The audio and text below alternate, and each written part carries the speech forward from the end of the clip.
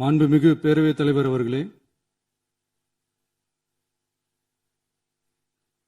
மாபெரும் தலைவர்கள் வழிநடத்திய மாண்பும் மாபெரும் வரலாற்று சிறப்பு கொண்ட இந்த சட்டமன்ற பேரவையின் 17வது சட்டமன்ற பேரவைக்கு நம்மையும் நம்ம தமிழக வெற்றி கழகத்தை சார்ந்த சட்டமன்ற உறுப்பினர்களையும் தேர்ந்தெடுத்து அனுப்பின நிரந்தரமாக என் நெஞ்சில் குடியிருக்கும் தாயன்புமிக்க தமிழக மக்கள் அனைவருக்கும் என்னுடைய மனப்பூர்வமான நன்றிகள். 17வது சட்டமன்ற கூட்டத்தொடரின் முதல் ஆளுநர் உரையின் மீதான நன்றி தெரிவிக்கும் தீர்மானத்திற்கு பதிலுரை வழங்க வாய்ப்பளித்த மாண்புமிகு பேரவைத் தலைவருக்கு நம் வணக்கத்தை தெரிவித்துக் கொள்கிறோம். மாண்புமிகு பேரவைத் தலைவர் அவர்களே, இந்த 17வது மாமன்றத்தில் அதிகப்படியான 12 கட்சிகளை சேர்ந்த பிரதிநிதிகள் தேர்ந்தெடுக்கப்பட்டிருக்கும். நாம கொள்கை ரீதியாகவும் நிலைப்பாடு ரீதியாகவும் வேறுபட்டு இருந்தாலும் மக்கள் பணி செய்வதுதான் நம்ம எல்லாருக்கும் பிரைமரியா இருக்கிற ஒரே எய்ம். அந்த வகையில தான் நம்ம எல்லாருமே நம்ம மக்களால் அங்கீகரிக்கப்பட்டு சட்டமன்றத்திற்கு வந்திருக்கிறோம். அதனால நாம கருத்தால் வேறுபட்டாலும் மக்கள் சேவை என்ற நோக்கத்துல நம்ம மாநிலம் சார்ந்த விஷயங்கள்ல நாம எல்லாரும் ஒன்றிணைந்து பயணிச்சா நம்ம தமிழ்நாடு என்னைக்கும் எதிலையும் முதன்மை மாநிலமாக திகழும். ஆளுநர் உரைக்கு நன்றி தெரிவிக்கும் தீர்மானத்தில் பேசின மாண்புமிகு உறுப்பினர்களுக்கு நன்றி. எதிர்த்து பேசினாதான் எதிர்கட்சின்னு ப்ரூவ் பண்ண முடியும்னு நினைச்சுக்கிட்டு பேசின எதிர்கட்சியை சேர்ந்த எதிர்கட்சி தலைவர் உள்ளிட்ட மாண்புமிகு உறுப்பினர்களுக்கும் வணக்கமும் நன்றியும். பதிலுரை வழங்குற அதே நேரத்தில் நம்மளை சட்டமன்ற உறுப்பினராக தேர்ந்தெடுத்த பெரம்பூர் தொகுதி மக்களுக்கு நம்மளோட நெஞ்சார்ந்த நன்றிகள். அதே மாதிரி ராஜினாமா பண்ணிட்டாலும் நம்மளை தேர்ந்தெடுத்த திருச்சி கிழக்கு மக்களுக்கும் இந்த மன்றத்தில் நம்மளோட நன்றியை பதிவு செய்கிறோம். அப்புறம் நம்மளோட அரசியல் பயணத்தை பற்றியும் கொஞ்சம் பதிவு செய்ய விரும்புகிறோம். நாம ஏதோ ஷூட்டிங்ல இருந்து நேரா வந்து சிஎம் ஆன மாதிரியே சில பேர் ஒரு இமேஜ் கிரியேட் பண்றாங்க. அவங்களுக்கு அவங்க ஆசைப்படுற லாங்குவேஜ்லயே சொல்றோம், அது வெறும் ரீல் தான், ரியல் கிடையாது. ஒரு சாதாரண நடிகனாத்தான் நம்ம கெரியர் தொடங்குச்சு. அப்புறம் அப்படியே சின்சியரா உழைச்சு மேல வந்தோம். நம்ம கெரியர்ல நாம மேல வந்ததுக்கு இந்த விஜய் ஒருத்தன் மட்டுமே காரணம் இல்லை, அவனோட உழைப்பு மட்டுமே காரணம் இல்லை. இந்த விஜயோட உழைப்புக்கும் உயர்வுக்கும் பின்னாடி இருக்கிற ஒட்டுமொத்த தமிழ்நாட்டு மக்களோட அன்பும் அரவணைப்பும் தான் காரணம். ஒவ்வொரு வீட்டில் இருக்க ஒவ்வொருத்தரும் நம்மள அவங்க வீட்டில் ஒருத்தனா ஏத்துக்கிட்டது தான் நமக்கு கடவுளும் மக்களும் தந்த மிகப்பெரிய வரம். அதுக்காகவே கடவுளுக்கு சமமான நம்மளோட சொந்தங்களான தமிழக மக்கள் அனைவருக்கும் மீண்டும் மீண்டும் நன்றி. இப்படி நம்மள தாயன்போட அள்ளி அரவணைச்ச தமிழ்நாட்டு மக்களுக்கு நாம் எப்படியெல்லாம் துணையாக இருந்தோம், எப்படியெல்லாம் மக்களோட மக்களா இருந்தோம்னு சொல்றேன். 1990ஸ்லயே ரசிகர் மன்றமா இருந்தப்பவே மக்களுக்கு துணையா நிற்க ஆரம்பிச்சோம். அதுக்கப்புறம் நற்படி மன்றமாவும் அதுக்கப்புறம் விஜய் மக்கள் இயக்கமாவும் மாறி மக்களோட மக்களா நின்றுகிட்டு இருந்தோம். 2008 ஈழத் தமிழருக்கு ஆதரவா உண்ணாவிரதம் போராட்டம் செஞ்சோம். போர் முடிவுக்கு வரணும், நம்ம தொப்புள் கூடிய உறவுகளான ஈழத் தமிழர்களுக்கு பாதுகாப்பான நிம்மதியான ஒரு வாழ்வு கிடைக்கணும்னு அன்னைக்கே கோரிக்கை வச்சோம். 2009 ஆரம்பிச்ச விஜய் மக்கள் இயக்கம் வழியா நம்மளோட மக்கள் நல பணிகளை எக்ஸ்டெண்ட் அண்ட் எக்ஸ்பேண்ட் பண்ணிக்கிட்டே வந்தோம். கல்விக்கு துணையா இருந்தோம், சோசியல் சர்வீஸ் செஞ்சோம், வெள்ள நிவாரணத்துல துணையா இருந்தோம், கொரோனா காலத்துல மக்களுக்கு தோள் கொடுத்தோம். விலையில்லா விருந்தகம், குருதியகம், முட்டைப்பால் ரொட்டி திட்டம், விழியகம், பயிலகம், நூலகம், இப்படி பல வழியில மக்களுக்கு துணையா இருந்தோம். அப்புறம் நம்மளோட திரைப்படங்கள்ல நம்மளால முடிஞ்ச வரைக்கும் ஊழல் எதிர்ப்ப சொன்னோம், சமூக நீதியை சொன்னோம், கல்வியை பத்தி சொன்னோம், அரசியலை பத்தி சொன்னோம். அரசியலை பத்தி பேசுனதுனால நம்ம படங்கள் சந்திச்ச இதுவரைக்கும் சந்திக்கிற பிரச்சனையை பத்தி எல்லாருக்குமே தெரிஞ்சதுதான். இது மட்டும் இல்லாம 2011 நாகப்பட்டினத்துல மீனவர் பிரச்சனைகளுக்கு ஆதரவா ஒரு பெரிய பொதுக்கூட்டம் நடத்தினோம்.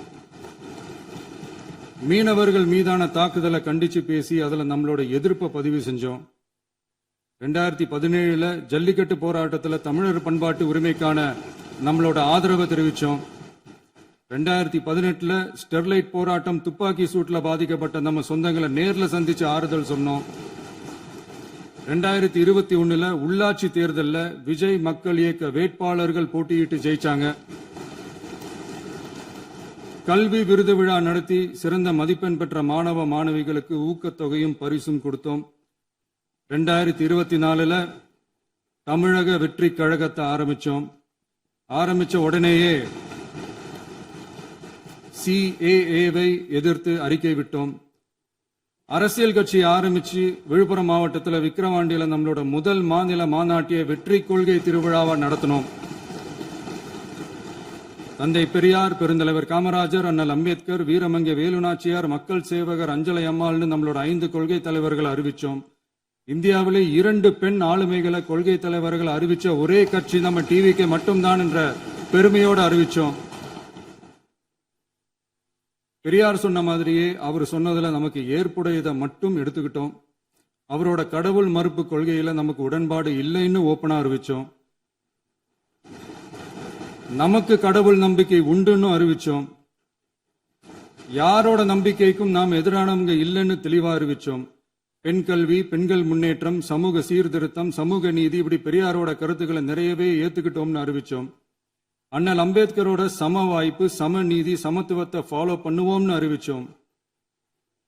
பெருந்தலைவர் காமராஜரோட மதச்சார்பின்மையை ஏத்துக்கிட்டதோட அவரோட நேர்மையான நிர்வாகத்தையே ஒரு கொள்கையா ஏத்துக்கிட்டோம்னு அறிவிச்சோம். வீரமங்கை வேலு நாச்சியாரோட மண் மீட்பையும் சமூக நல்லிணக்கத்தையும் பின்பற்றுவோம்னு அறிவிச்சோம். மக்கள் சேவகர் அஞ்சலை அம்மாளோட விடுதலை வேட்கையையும் மக்களோட வாழ்வாதாரத்துக்காக உறுதியாக நிற்கிறதையும் பின்பற்றுவோம்னு சொன்னோம். எல்லாருக்கும் எல்லாமும் கிடைக்கணும், எம் மதமும் நம் மதம்னு சொல்லி மதச்சார்பற்ற சமூக நீதி தான் நம்ம கொள்கைன்னு அறிவிச்சோம். நம்ம கொள்கை எதிரி யாரு, அரசியல் எதிரி யாருன்னு ஓப்பனா அறிவிச்சோம். எல்லாத்துக்கும் மேல பிறப்புக்கும் எல்லா உயிர்க்கும்ன்றத நம்மளோட அடிப்படை அரசியல் கோட்பாட்டா அறிவிச்சுட்டு தான் அரசியலுக்கே வந்தோம்.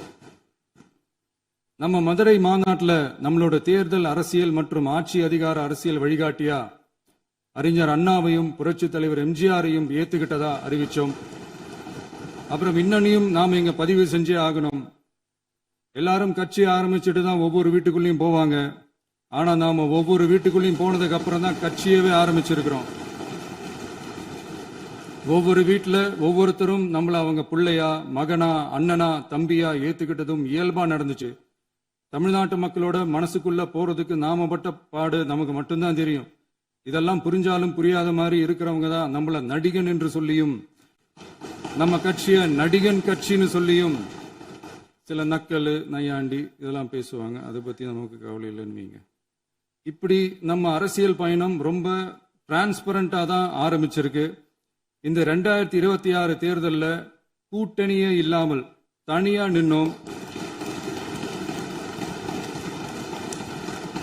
மக்கள் நம்மள தெளிவா புரிஞ்சுகிட்டதாலையும் நம்ம டிவிகே தோழர்களோட உழைப்பாலையும் நாம 35% வாக்குகளை வாங்கினோம். 1,72,00,000 வாக்குகளோட தமிழ்நாட்டிலேயே தனி பெரும் கட்சியா வந்தோம். தமிழக மக்களாலையும் நம்மளோட ஆதரவு இயக்கங்களாலையும் இதோ இன்னைக்கு இங்க நம்ம டிவிகே ஆளும் கட்சியா உட்கார்ந்துருக்கிறோம். இந்த ஆளும் கட்சியா ஆனதும் அவ்வளவு சாதாரணமாலாம் நடந்துடல. 2.25 வருஷத்துல ஆட்சிக்கு வந்துட்டீங்கன்னு ரொம்ப கிண்டலா கேலியா சிலர் பேசுறாங்க.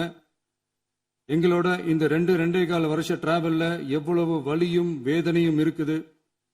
நம்மளோட மக்கள் சந்திப்புக்கே அவ்வளவு இடையூறு, அவ்வளவு தடைகள், ஊர் உலகத்துல யாருக்கும் இல்லாத ஒன்னா நமக்கு மட்டுமேன்னு தனியா ஸ்பெஷலா எக்ஸ்க்ளூசிவா நிறைய நிபந்தனைகள், நெருக்கடிகள், கட்டுப்பாடுகள், நம்மளை சந்திக்க வர்ற மக்களுக்கு சரியான பாதுகாப்பு இல்லாம, நம்ம கூட்ட நிகழ்ச்சிக்கு போதுமான பாதுகாப்பு இல்லாமன்னு இன்னும் வெளியே சொல்ல முடியாத நிறைய சூழ்ச்சிகள் எல்லாத்தையும் தாண்டி தான் நாம் இந்த இடத்துக்கு வந்திருக்கிறோம். But still miles to go. நம்ம டிராவல்ல எல்லாத்துக்கும் உச்சமா நம்மளோட சொந்தங்கள், நம்மளோட உறவுகள், 41 பேர் கரூர் சம்பவத்தில் இழந்த வேதனை எல்லாம் எப்படி சொல்றதுனே தெரியல. நம்ம மனசை விட்டு என்னைக்கும் அந்த வலியும் வேதனையும் நீங்கவே நீங்காது. அதுலயும் நம்ம மேலேயே பழி போட்ட கொடுமையெல்லாம் இருக்கும் பாருங்க, அதெல்லாம் வேற லெவலுங்க.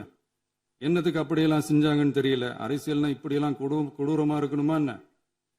சரி விடுங்க. இந்த விஜய் இவனோட மக்களுக்காக எதையும் தாங்க தயாராகிட்டான். இவ்வளவு பெயின்ஃபுல்லான நம்ம பொலிட்டிக்கல் டிராவல்ல நம்மளோட மிகப்பெரிய ஆறுதலும் பலமும் என்ன தெரியுமா? என் நெஞ்சில் குடியிருக்கும் என்னோட தமிழ்நாட்டு மக்களும் என் உயிருக்கு உயிரான என்னோட தோழர்களும் தான். அவங்களோட பலத்தால தான். அன்னைக்கு 1967 முன்னாள் முதல்வர் மாண்புமிகு அறிஞர் அண்ணா அவர்கள் தலைமையில் அமைஞ்ச சாமானியர்களோட ஆட்சி மாதிரி 1977 முன்னாள் முதல்வர் மாண்புமிகு புரட்சி தலைவர் எம்ஜிஆர் அவர்கள் தலைமையில் அமைஞ்ச மிக சாமானியர்களோட ஆட்சி மாதிரி இதோ இன்னைக்கு அதே வரிசையில 2026 சட்டமன்ற தேர்தல்ல இந்த விஜயோட தோழர்கள் இடம்பெற்ற ஒரு மிக மிக சாமானியர்களின் ஆட்சி அமைஞ்சிருக்கு. வாகை சூடும் வரலாறு திரும்பி இருக்கிறது. இப்படி ஒரு தீர்ப்பை மக்கள் அளிச்சதுனாலதான் தமிழக வரலாற்றில் ஒரு மகத்தான கூட்டணி ஆட்சியை நாம் அமைச்சிருக்கிறோம். இளைஞர்களால என்ன செய்ய முடியும், பெண்களால என்ன செய்ய முடியும்னு கேட்டவங்களுக்கான பதில் தான் இன்னைக்கு அமைஞ்சிருக்கிற நம்ம ஆட்சி. ஒரே ஒரு குடும்பம் மட்டும் முக்கியம்னு சொல்றது நம்மளோட ஆட்சி அதிகார அரசியல் இல்ல. தமிழ்நாட்டில் இருக்கிற ஒவ்வொரு குடும்பமும் முக்கியம்னு சொல்றது தான் நம்ம அரசியல். நம்மளோட ஆட்சி அதிகாரம் அதான் நம்மளோட மனசாட்சி உள்ள மக்களாட்சி. இந்த 2026 தேர்தலில் யாராலும் உடைக்கவே முடியாதுன்னு சொன்ன மதத்தை உடைச்சோம், சாதியை உடைச்சோம், முக்கியமா காசு கொடுத்து ஓட்டு வாங்குற ஒரு நச்சு கலாச்சாரத்தையே சுக்கு நூறா தூள் தூளா உடைச்சிருந்தோம். நாம கிளீன் கவர்னன்ஸ் அண்ட் குட் கவர்னன்ஸ்ல உறுதியா இருக்கிறோம். இப்ப மட்டும் இல்ல, எப்பவுமே இப்படிதான் இருப்போம். இதுல 100% இது உண்மைன்றதுனாலதான் பாரம்பரியமான தினத்தந்தி பத்திரிகை ஊழலின் ஊற்றுக்கண் அடைக்கப்படுகிறதுன்னு 16/6/2026 அன்னைக்கு ஒரு தலையங்கமே எழுதியிருக்கு. ஒரு தவறு செய்தால் அது தெரிந்து செய்தால் அவன் தேவன் என்றாலும் விடமாட்டேன் என்று எம்ஜிஆர் அன்று பாடினார். அதை இன்று விஜய் செயலில் காட்டுகிறார்னு அந்த எடிட்டோரியல்ல எழுதியிருக்கு. இந்த நேரத்தில் தினத்தந்திக்கு நம்மளோட நன்றியை தெரிவிச்சுக்கிறோம். அரசியலுக்கு வந்து 2 வருஷம் தான் ஆகுது. உங்களுக்கு என்ன தெரியும், உங்களால என்ன முடியும்னு கேலியா கேட்டவங்களுக்கு தினத்தந்தியோட பதிலை இப்போதைக்கு போதும்னு நினைக்கிறேன். என்னென்னமோ செய்வான்னு சொல்றானே இந்த விஜய், பல வருஷமா இருக்கிற ஒரு பதவி வெறி பிடிச்ச அரசியலை உடைச்சி எப்படி செய்வான்னு நம்ம மக்களை யோசிச்சிருவாங்க. இதோ இப்போ நம்ம மக்களுக்கு புரிஞ்சிருக்கும். இப்பவும் சொல்றோம், இது வெறும் ஆரம்பம் தாங்க. இந்த மாபெரும் சபையிலிருந்து கேட்கிற மக்களே, நமக்கு கொஞ்சம் அவகாசம் கொடுங்க. இதுக்கு முன்னாடி, அதாவது 2017 கடைசியில இருந்து 2026 ஏப்ரல் வரைக்கும் இருந்த புண்ணியவான்கள் ஆட்சியில ஒவ்வொரு டிபார்ட்மெண்ட்லயும் போட்ட ஏராளமான ஓட்டைகளை அடைச்சிக்கிட்டே படிப்படியா மக்களுக்கு நல்லதையும் செஞ்சுக்கிட்டே வருவோம். அதனாலதான் நமக்கு எதிரா யார் யாரோ சேரவே மாட்டாங்கன்னு நினைச்சவங்க எல்லாம் ஒன்னா சேர்றாங்க. நம்ம ஆட்சிக்கு டேட்டு குறிக்கிறாங்க.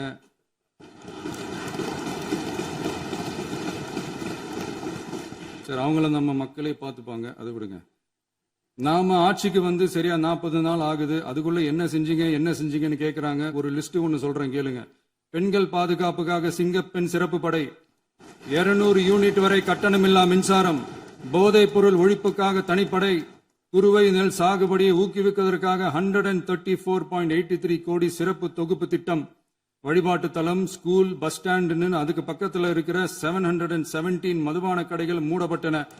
அங்க வேலையில் இருந்தவர்களுக்கு வேறு கடைகளில் வேலை, கவனிக்கப்படாமல் விடப்பட்ட அம்மா உணவகங்கள் புதுப்பிக்கப்பட்டன.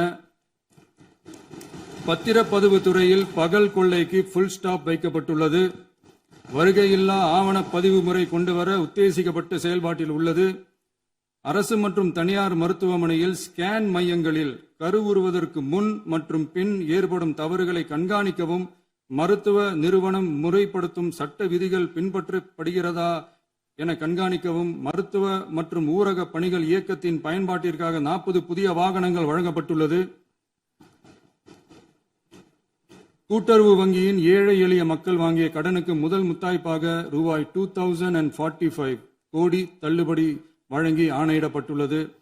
ஒன்றிய அரசிடம் கேட்டுக்கொண்டதற்கிணங்க கடந்த 2 வருடமாக நிறுத்தி வைக்கப்பட்ட இருந்த ஜல் ஜீவன் மிஷன் திட்டம் புதுப்பிக்கப்பட்டு ஜல் ஜீவன் மிஷன் திட்டம் 2.0 நடைமுறைக்கு கொண்டு வரப்பட்டுள்ளது. 18,500 கோடி அளவில் உறுதியளிக்கப்பட்ட காஞ்சிபுரம் மாவட்டத்தில் மைய விரிவாக்க திட்டம், கோயம்புத்தூரில் மின்னணு பொருட்கள் மற்றும் மின்னணு அமைப்புகள் உற்பத்தி திட்டம், மற்றும் திருவள்ளூர் மாவட்டத்தில் காட்டுப்பள்ளி LNT கப்பல் கட்டும் தளம் விரிவாக்க திட்டத்திற்கு ஒப்பந்தங்கள் போடப்பட்டுள்ளன.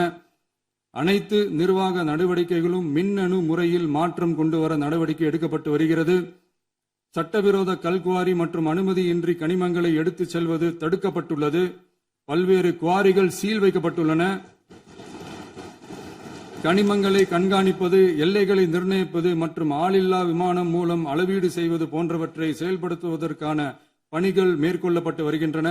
அனைத்து துறைகளிலும் அலுவலர் தலையீடு இல்லாமல் லஞ்ச லாவண்யமற்ற தமிழகத்தை உருவாக்க அனைத்து நடவடிக்கைகளும் முடுக்கிவிடப்பட்டுள்ளது. இதெல்லாம் சாம்பிள் தான், இன்னும் இருக்கு. இந்த வெறும் 40 நாளுக்குள்ளேயே இவ்வளவு செஞ்சிருக்கோம்னா இனி வர்ற நாட்கள்ல கொஞ்சம் கொஞ்சமா படிப்படியா ஸ்டெடியா உழைச்சி லஞ்ச லாவண்யம் இல்லாத, ஊழல் இல்லாத, பெண்களுக்கு பாதுகாப்பான, சுதந்திரமான, டிரான்ஸ்பரண்டான தமிழ்நாட்டை நம்ம சொந்தங்களான தமிழக மக்களுக்கு தர்றது தான் நம்மளோட ஒன் அண்ட் ஒன்லி டார்கெட். கண்டிப்பா அதை நிறைவேற்றியே காட்டுவோம். 8 கோடி மக்கள் நம்மளோட இருக்கிறப்போ ஏங்க அதை செய்ய முடியாது? மாண்புமிகு பேரவைத் தலைவர் அவர்களே, தமிழ்நாட்டின் கருவூலம் எப்படி திசை மாறி உருமாறி தேய்ந்து ஓய்ந்து கிடைக்கிறதுன்னு சொன்னாங்க.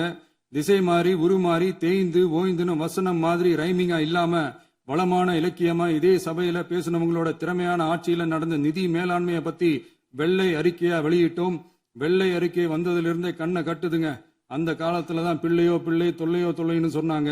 அதே மாதிரி தாங்க அவங்க ஆட்சியாலையும் அவங்களாலையும் இன்னைக்கு தமிழ்நாட்டுக்கே தொல்லையோ தொல்லை. இப்படி ஒரு நிலைமையை உண்டாக்கி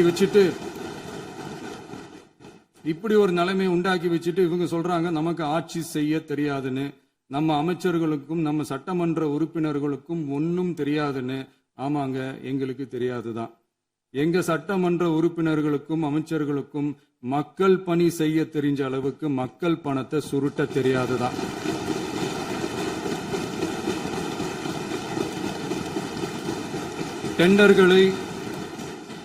டெண்டர்களை முறைப்படுத்த தெரிஞ்ச அளவுக்கு அதோட ரேட்டை உயர்த்தி ஊழல் செய்ய தெரியாதுதான். பதவி உயர்வு வழங்கவும் பணி இடமாற்றம் கலந்தாய்வு நடத்தவும் தெரியுமே தவிர பதவி உயர்வுக்கும் பணியிட மாற்றத்திற்கும் பணம் பறிக்க தெரியாதுதான். புதிய பணியிடங்கள் உருவாக்க தெரியுமே தவிர அந்த பணியிடங்களை பணத்துக்கு விற்க தெரியாதுதான். கோயில்கள்ல நடக்கிற நிர்வாக சீர்கேட்டை தடுக்க நீங்க பேசுங்க, நீங்க கண்டிப்பா பண்ணுங்க. கோயில்கள்ல நடக்கிற நிர்வாக சீர்கேட்டை தடுக்க தெரியுமே தவிர கோயில் பணத்தை கொள்ளையடிக்க தெரியாதுதான். தங்கத்தை உருக்கி தாரை வார்க்க தெரியாதுதான். கனிம வளத்தை பாதுகாக்க தெரிஞ்ச அளவுக்கு கனிமத்தை வித்து கொள்ளையடிக்க தெரியாதுதான். அரசு வருமானத்தை அரசு கஜானாவுக்கு மாத்த தெரிஞ்ச அளவுக்கு அந்த பணத்தை தனிப்பட்ட கஜானாவுக்கு மடை மாத்த தெரியாதுதான். போதை கலாச்சாரத்தை தடுக்க தெரிஞ்சவங்களுக்கு போதை கலாச்சாரத்தை வளர்க்க தெரியாதுதான். நம்ம குடும்பத்தில் இருக்கிற பாட்டி, அம்மா, அக்கா, தங்கச்சி, குழந்தைங்களை, பெண்களை மதிக்க தெரிஞ்சவங்களுக்கு ஓசி பஸ், 1000 ரூபாய் கேஸ், இப்படியெல்லாம் பேச தெரியாதுதான். எங்க உறுப்பினர்களுக்கும் அமைச்சர்களுக்கும் மக்கள் சேவை தெரிந்த அளவிற்கு சுயநல தேவையை செஞ்சிக்க தெரியாதுதான். அதனாலதான் சொல்றோம், எங்களை பார்த்து எதுவும் தெரியாதுன்னு சொல்றவங்களுக்கு சொல்றோம், இதெல்லாம் எங்களுக்கு தெரியாதுதான். உங்களை மாதிரி முறைகேடுகளை செய்யறத நாங்க தெரிஞ்சுக்கவும் போறதில்ல, தெரிஞ்சுக்கவும் ஆசைப்படல. அத கடைசி வரைக்கும் எங்களுக்கு தெரியாமலே இருந்துட்டு போகட்டும். அதனால நாங்களும் எங்க மக்களும் வெரி வெரி ஹாப்பி தான். மாண்புமிகு பேரவைத் தலைவர் அவர்களே, எதிர்ப்பவர்கள் எதிர்க்கட்சி என்பதற்காக எங்கள் ஆட்சி மீது 1000 பழி போடலாம். ஆனாலும் தமிழக மக்களுக்கு உண்மையை உணர்த்த வேண்டியது நம்மளோட கடமை. மின்வெட்டை பொறுத்தவரை தமிழ்நாடு மின்மிகை மாநிலமாக இருந்தாலும் கடந்த காலங்களில் ஏற்பட்ட நிர்வாக குளறுபடிகளும் மின்சார சாதனங்கள் மற்றும் மின் மாற்றிகளில் ஏற்படும் பழுதாலும் வேண்டுமென்றே சிலரின் நடவடிக்கைகளாலும் இந்த மின்வெட்டிற்கு காரணமாக உள்ளது. மின் விநியோக மீட்பு நடவடிக்கைகளை ஒருங்கிணைப்பதற்காக எதிர்பாராமல் இரவு நேரங்களில் எதிர்க்கட்சிகள் என்னதான் சித்து வேலை செஞ்சாலும் விவசாய பெருமக்கள் எல்லாரும் நம்ம ஆட்சி அவங்களுக்கான ஆட்சி தான் நல்லா புரிஞ்சுதான் வச்சிருக்கிறாங்க. இந்த வருஷம் எல்னினோ விளைவா எப்பவும் இருக்கிறத விட இந்த டைம் மழை குறையுங்கிறதையும் நம்ம விவசாயிகள் உணர்ந்துதான் இருப்பாங்க. இருந்தாலும் நம்ம அரசு நம்ம விவசாயிகளோட வாழ்வாதாரத்துக்காக பக்கபலமாகவும் உறுதியாகவும் துணை நிற்கும்ங்கிறத தெரிவிச்சுக்கிறோம். நம்ம தமிழகத்தில் ஏற்கனவே நடந்த அதி அற்புதமான சூப்பரான நிர்வாக திறன் கொண்ட 50 வருஷ அரசியல் அனுபவம் கொண்ட 2.0, 3.0, 4.0 பல 0.0 மாடல் ஆட்சி நடத்த கனவு கண்டவங்களோட அட்டகாசமான ஆட்சிக்காரங்க பல்வேறு விதமான நிதி நெருக்கடியை நம்ம மக்களுக்கும் நமக்கும் பரிசா கொடுத்துட்டு போய் இருந்தாலும் கூட்டுறவு வங்கிகளின் மூலம் 75,000 வரை பயிர்கடன் பெற்று குறு சிறு இதர பெரு விவசாயிகளுக்கு 100% முழுமையான பயிர்கடன் தள்ளுபடியும், 75,000க்கு மேல் கடன் பெற்றவர்களுக்கு குறைந்தபட்சமாக 35,000 பண பயன் கிடைக்கும் அளவிற்கு மொத்தம் 14,43,504 விவசாயிகளுக்கு ரூபாய் 5,932.23 கோடி பயிர்கடன் தள்ளுபடி வழங்கப்பட்டுள்ளது.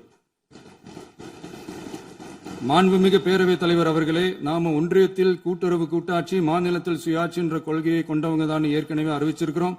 தற்போதைய ஒன்றிய அரசு சார்ந்த கட்சியுடன் அரசியலில் கொள்கை அளவில் நேர் எதிராக நிக்கிறவங்க தான் நாம. அதே சமயத்தில் எதுக்கெடுத்தாலும் கண்ணை மூடிக்கிட்டு ஒன்றிய அரசோட மோதல் போக்கை விரும்புறவங்க நாம இல்ல. நமக்கு எப்பவுமே தமிழகத்தின் வளர்ச்சி மட்டும்தான் முக்கியம். அதுக்காக நம்மளோட அரசியல் ரீதியான கொள்கைகளையோ மாநில உரிமைகளையோ கொஞ்சம் கூட விட்டு கொடுக்கவே மாட்டோம். அதுல ரொம்ப தெளிவாகவும் உறுதியாகவும் இருக்கிறோம்.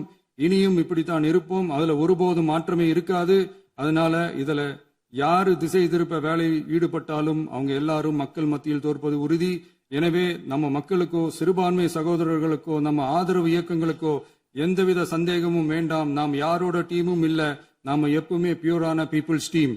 இன்னும் சொல்ல போனா நாம secular team, social justice team. மாண்புமிகு பேரவைத் தலைவர் அவர்களே, அரசு விழாக்கள், கல்வி நிறுவனங்கள் மற்றும் பல அதிகாரப்பூர்வ நிகழ்ச்சிகளோட தொடக்கத்தில் நம்ம தமிழ்தாய் வாழ்த்த பாடுறது தான் வழக்கமா இருக்கு. தமிழ்தாய் வாழ்த்த பொறுத்த வரைக்கும் நம் அரசு இதுல நம்மளோட உறுதியான நிலைப்பாட்டை ஒன்றிய அரசுக்கு மிக தெளிவா தெரிவிச்சிருக்கு. அது இல்லாம இதில் மாநில அரசின் கொள்கைக்கு ஏற்ப ஒன்றிய அரசின் அறிவிக்கையில் திருத்தம் மேற்கொள்ள கோரிக்கையும் விடுக்கப்பட்டுள்ளது. நீட் தேர்வை பொறுத்தவரை கிராமப்புற மற்றும் பொருளாதார ரீதியாக பின்தங்கிய மாணவர்களுக்கு சமமான வாய்ப்பை வழங்குவதில்லை. மருத்துவ கல்வியில் சமூக நீதி மற்றும் சம வாய்ப்பை நீட் பாதிக்கிறது என்பதை உணர்கிறோம். எனவே மருத்துவ படிப்புகளுக்கான சேர்க்கையை 12ஆம் வகுப்பு மதிப்பெண்களின் அடிப்படையில் நடத்த வேண்டும் என்று நமது அரசு வலியுறுத்தி வருகிறது. மத்திய அரசிடம் நீட்டிலிருந்து தமிழ்நாட்டிற்கு விலக்கு வழங்க வேண்டும் என்று கோரிக்கை விடுத்துள்ளது. மாண்புமிகு பேரவைத் தலைவர் அவர்களே, பேரறிஞர் அண்ணா அவர்கள் தலைமையிலான அரசு 1968 இருமொழி கொள்கையை நடைமுறைப்படுத்தியது. தமிழ் ஆட்சி மொழி, தமிழ் மொழியை பாதுகாப்பது, மாணவர்களுக்கு ஆங்கிலத்தின் மூலம் உலக அளவிலான வாய்ப்புகளை வழங்குவது, எந்த ஒரு மொழியையும் கட்டாயமாக திணிப்பதை தவிர்ப்பது மற்றும் எதிர்ப்பது, நிலத்தின் மொழி மற்றும் பண்பாட்டு அடையாளத்தை பேணுவது என்பதை நம் தமிழக வெற்றிக் கழக ஆட்சி ஏற்றுக்கொண்டுள்ளது. எனவே தமிழ்நாட்டில் தமிழ் ஆட்சி மொழி மற்றும் இருமொழி கொள்கை என்பதில் நமக்கு மாற்று கருத்தே இல்லை. மாண்புமிகு பேரவைத் தலைவர் அவர்களே, கடந்த 11/6/2026 அன்று நடந்த நிதி ஆயோக் கூட்டத்தில் தமிழ்நாடு அரசின் சார்பாக கலந்து கொண்டு வறுமையற்ற தமிழ்நாடு இயக்கம் உருவாக்க தேவையான நிதியையும், தமிழ்நாட்டுக்கு 2 எய்ம்ஸ் மருத்துவமனைகளை தருமாறும், மருத்துவம் மற்றும் பல் மருத்துவ படிப்பிற்கு 12ஆம் வகுப்பு மதிப்பின் அடிப்படையில் இடங்களை நிரப்புதல் குறித்தும், செயற்கை நுண்ணறிவு தொடக்க நிறுவன வளர்ப்பு மையங்கள் தமிழ்நாட்டில் அமைக்கவும், இளைஞர் திறன் மற்றும் வேலைவாய்ப்பு இயக்கம் செயல்படுத்த வேண்டியும், பெண்கள் தலைமையிலான வளர்ச்சி குறித்தும், மீனவ சமுதாயங்களின் வாழ்வாதாரம் மற்றும் மீன்பிடி படகுகள் மற்றும் மீனவர்களை விடுவித்தல் குறித்து நிரந்தர நடவடிக்கை எடுக்க வேண்டியும், காலநிலை தாங்கும் தன்மை பெருந்திட்டம் 2045 கீழ் விண்வெளி உற்பத்தி மையத்தை தேசிய விண்வெளி உற்பத்தி மையமாக அறிவிக்க கோரியும், தமிழ்நாட்டில் சாலை போக்குவரத்து, நெடுஞ்சாலை மற்றும் ரயில்வே அமைச்சகத்தின் மேம்பாட்டு குறித்தும், அனைத்து கிராமங்களையும் டிஜிட்டல் இணைப்பு வசதி ஏற்படுத்துதல் குறித்தும், கூட்டு குடிநீர் திட்டம் தொடரவும், அரசின் விழாக்களில் தமிழ்தாய் வாழ்த்துக்கான முதலிடத்திற்கான கோரிக்கையும், மேகதாது அணை கட்டுமான நிறுத்தத்தை உறுதிப்படுத்தவும், மாநிலத்தின் மீது மும்மொழி கொள்கையை வற்புறுத்தாமல் புதிய கல்விக் கொள்கையை திணிக்காமல் தமிழகத்திற்கான கல்வித் தொகை ரூபாய் 3,284 கோடியை விடுவிக்க கோரியும், ஆண்டுதோறும் 5 லட்சம் இளைஞர்களுக்கு உதவித் தொகையுடன் கூடிய பணியினை தொழில்நுட்ப பயிற்சி வழங்க ஒத்துழைப்பு வழங்குமாறும் ஒகேனக்கல் 3ஆம் கட்ட கூட்டு குடிநீர் திட்டத்திற்கான நிதி ரூபாய் 2283.40 விடுவிக்கவும், வேலை வாய்ப்பு மற்றும் வாழ்வாதாரத்துக்கான உத்தரவாத திட்டத்தின் கீழ் வேலை வாய்ப்புகளை உருவாக்க உடனடி நடவடிக்கை மேற்கொள்ள வேண்டியும் மற்றும் திருக்குறளை தேசிய இலக்கியமாக அறிவிக்குமாறும் தமிழ்நாடு சார்பில் பேசியுள்ளோம் என்பதை தெரிவித்துக் கொள்கிறோம். மாண்புமிகு பேரவைத் தலைவர் அவர்களே, அண்டை மாநிலங்களுடனான நட்புறவு ஒரு மாநிலத்தின் வளர்ச்சிக்கும் நாட்டின் ஒற்றுமைக்கும் மிகவும் அவசியமானது. தமிழ்நாடு தனது அண்டை மாநிலங்களுடன் நதி நீர் பங்கீடு, பொருளாதாரம், கல்வி, கலாச்சாரம் மற்றும் போக்குவரத்து துறைகளில் நல்லுறவை பேணி வருகிறது. பரஸ்பர மரியாதை, ஒத்துழைப்பு மற்றும் கூட்டாட்சி தத்துவத்தின் அடிப்படையில் அண்டை மாநிலங்களுடனான நட்புறவை வலுப்படுத்தவும் நமது ஆட்சியில் காக்கப்படுகிறது. மாண்புமிகு பேரவைத் தலைவர் அவர்களே, சட்டம் ஒழுங்கை பத்தி பேச்சு வந்தது. சட்டம் ஒழுங்கு சரியா இருக்கணும் அப்படின்றதுல எங்களுக்கு மாற்று கருத்தே கிடையாது. கண்டிப்பா லா அண்ட் ஆர்டர் கரெக்டா இருக்கணும், கரெக்டா இருக்கும், இருக்க வைப்போம். அதே மாதிரி பெண்கள் பாதிக்கப்படுறதையும் இங்க யாராலையும் சகிச்சுக்கவே முடியாது. அதுக்கான கடுமையான நடவடிக்கைகள் நம்ம அரசு எடுத்துக்கிட்டு இருக்கிறோம். இந்த சிங்கப்பெண் சிறப்பு அதிரடிப்படை கூட அதுக்கான ஒரு ஃபர்ஸ்ட் ஸ்டெப் தான். அதே மாதிரி இந்த போதைப் பொருள் நடமாட்டம் அதை கண்ட்ரோல் பண்றதுக்கும் நம்ம அரசு கடுமையான நடவடிக்கைகள் எடுத்துக்கிட்டு இருக்கிறோம். அதையும் கண்டினியூ பண்ணி எடுப்போம். மாண்புமிகு பேரவைத் தலைவர் அவர்களே, இப்ப நான் சொன்ன இந்த பிரச்சனைகள்லாம் 2026 போன மாசம் மே மாசம் 10ஆம் தேதி புதுசா வந்துடல. இதெல்லாம் பல வருஷமா இருக்கிற பிரச்சனைகள் தான், பல வருஷமா கண்டுக்காம விட்ட பிரச்சனைகள் தான்.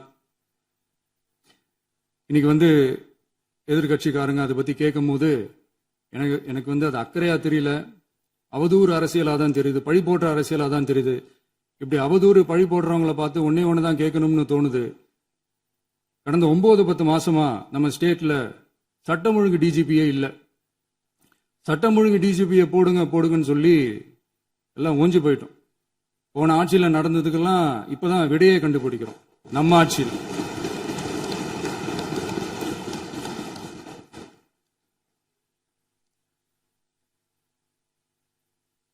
இந்த போதைப் பொருள் நடமாட்டம்லாம் தாறுமாறா அப்படியே பரவி கொட்டி கிடக்குது. இதெல்லாம் இனிஷியல் ஸ்டேஜ்லயே யார் கண்ட்ரோல் பண்ணியிருக்கணும்? போலீஸ் டிபார்ட்மெண்ட் அப்போ யார் கையில இருந்தது? இத்தனை கேள்வி நம்மளை பார்த்து கேட்கறாங்களே, ஒரே ஒரு கேள்விதான் நான் கேட்கணும்னு தோணுது. போலீஸ் டிபார்ட்மெண்ட்டை கையில வச்சுக்கிட்டே பிகினிங்லயே இனிஷியல் ஸ்டேஜ்லயே இந்த போதைப் பொருள் நடமாட்டத்தை ஏன் கண்ட்ரோல் பண்ணல? மனசாட்சி உள்ளவங்க இந்த பிரச்சனையெல்லாம் ஏன் நடக்குதுன்றது அவங்களுக்கே நல்லா தெரியும். இன்னைக்கு சட்டம் ஒழுங்கை பத்தி கேள்வி கேட்க கூடாதா அப்படின்னா தாராளமா கேட்கலாம். இது ஜனநாயக அரசு, மன்னராட்சி எல்லாம் கிடையாது, மனசாட்சி உள்ள மக்களாட்சி. அதனால கேள்வி கேட்கலாம், எல்லாருக்கும் எல்லா உரிமையும் உண்டு. விமர்சனம் செய்யலாம், எல்லாருக்கும் எல்லா உரிமையும் உண்டு. ஆனா நம்ம ஆட்சியில என்ன நடவடிக்கைகள் எடுத்திருக்கோன்றது தெரிஞ்சுக்கிட்டு அதுக்கேற்ற மாதிரி ஒரு நடுநிலையா பேசுனீங்கன்னா கொஞ்சம் நல்லா இருக்கும். சட்டம் ஒழுங்கை பத்தி யாருக்கு என்ன யோசனை இருந்தாலும், மக்கள் நலனுக்காக யாருக்கு என்ன யோசனை இருந்தாலும் அதை தாராளமாக சொல்லலாம். நம்ம அரசு அது காது கொடுத்து கேட்கும். ஆனா நம்ம அரசினுடைய நிர்வாகத்திறன் அதை பத்தி பேசுறவங்களுக்கு இந்த ஊரடிச்சு உலையில போட்டு ஊழல் மேல ஊழலா செஞ்சுக்கிட்டு அதுல இருந்து தப்பிக்கிறதுக்கு பேர் தான் நிர்வாகத்திறன் அப்படின்னு சொன்னா, அப்படிப்பட்ட ஒரு ஊழல் செய்யற நிர்வாகத்திறனை நம்ம அரசு ஒரு நாளும் செய்யாது. பொட்டி பெட்டியா பணத்தை வச்சுக்கிட்டு, பெட்டியை வச்சு எல்லாம் செஞ்சுக்கிட்டு, போதைப் பொருள் பாதுகாவல் கழக மாடல் அரசாங்கம் செஞ்ச ஒவ்வொரு ஊழலா வெளியில வந்துகிட்டு இருக்கு. டாஸ்மாக்ல அது என்னப்பா அது பேரு, பார்ட்டி ஃபண்ட் கட்சி நிதி அப்படின்ற பேர்ல அடிச்ச கொள்ளையெல்லாம் ஒண்ணு ஒன்னா இப்போ கவர்மெண்டோட கஜானாவுக்குள்ள கொண்டு சேர்த்துக்கிட்டே இருக்கிறோம்.